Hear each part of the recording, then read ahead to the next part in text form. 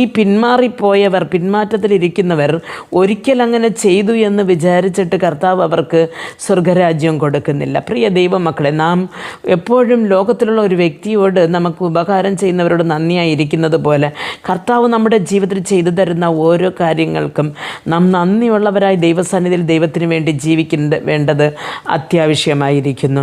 ഇല്ല, ഒരിക്കൽ നാം ജീവിച്ചിട്ട് പിന്നെ ഒരു കഷ്ടം വരുമ്പോൾ നാം അന്ന് ദൈവം ചെയ്തു തന്ന എല്ലാ ഉപകാരങ്ങളെയും മറന്നിട്ട് എന്തുകൊണ്ട് ദൈവം എനിക്ക് ഇത് ചെയ്തു എന്ന് പറഞ്ഞിട്ട് ഞാനിനി ഈ ദൈവത്തെ ആരാധിക്കത്തില്ല അല്ലെങ്കിൽ മഹത്വപ്പെടുത്തത്തില്ലെന്ന് മാറിയിരിക്കുമ്പോൾ ആ മനുഷ്യന് കിട്ടുന്നത് ശിക്ഷയാണ്.